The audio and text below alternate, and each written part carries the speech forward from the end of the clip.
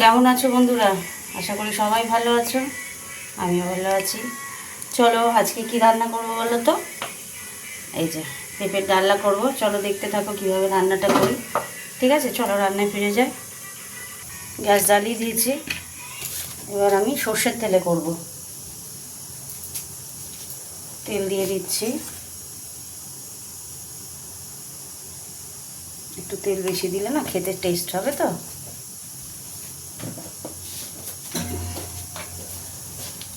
তেলটা গরম হোক, একটু মিষ্টি দিয়ে দিলাম তেলে।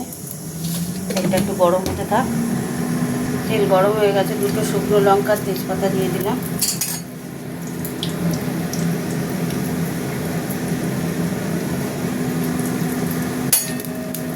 এটা গরম হতে থাক। এবার দিয়ে দিচ্ছি পেঁয়াজ। পেঁয়াজটা বেশি করে দিলাম, খেতে ভালো হবে। এই পেঁয়াজটা না, পড়ে গেছে, পেঁয়াজটা বেশি করে জন্য দিলাম।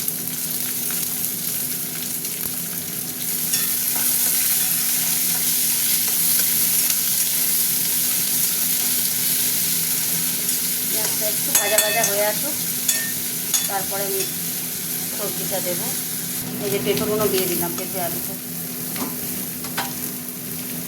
ভাজা ভাজা করবো তো ওই জন্য দিলাম।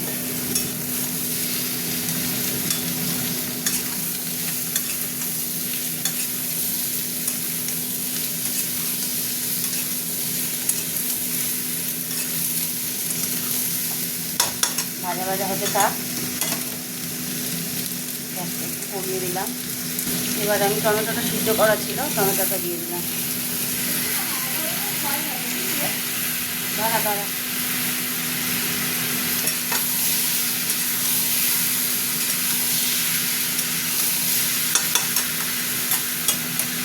নুন দিয়ে দেবো।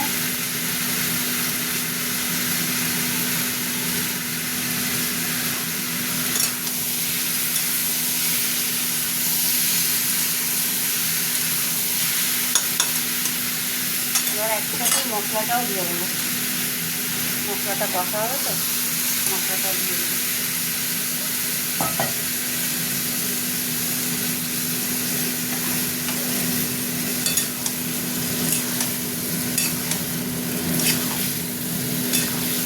মশলাটা কষা হতে থাক।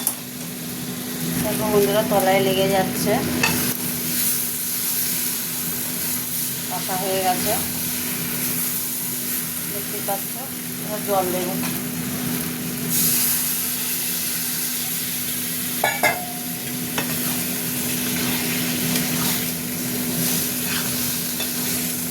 সিদ্ধ করা আছে তো ওই জন্য বেশি জল দিতে লাগবে না, এই যা জল দিয়েছি এতেই হয়ে যাবে। একটু দেখে নেব মিষ্টিটা, একদম পারফেক্ট, কিছু দিতে লাগবে না।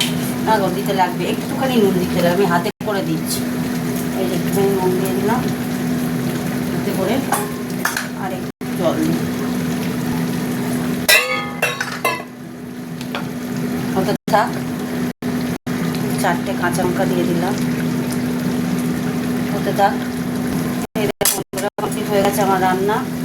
আর একটু মাখা মাখা থাকবে, আর ঝোল মারবো না, সবই সিদ্ধ হয়ে গেছে। এই যে আলু সিদ্ধ হয়ে গেছে, তারপর পেঁপে জানো তো একটু লম্বা, একেবারে গুলে গেলে পেঁপে ভাল লাগে না।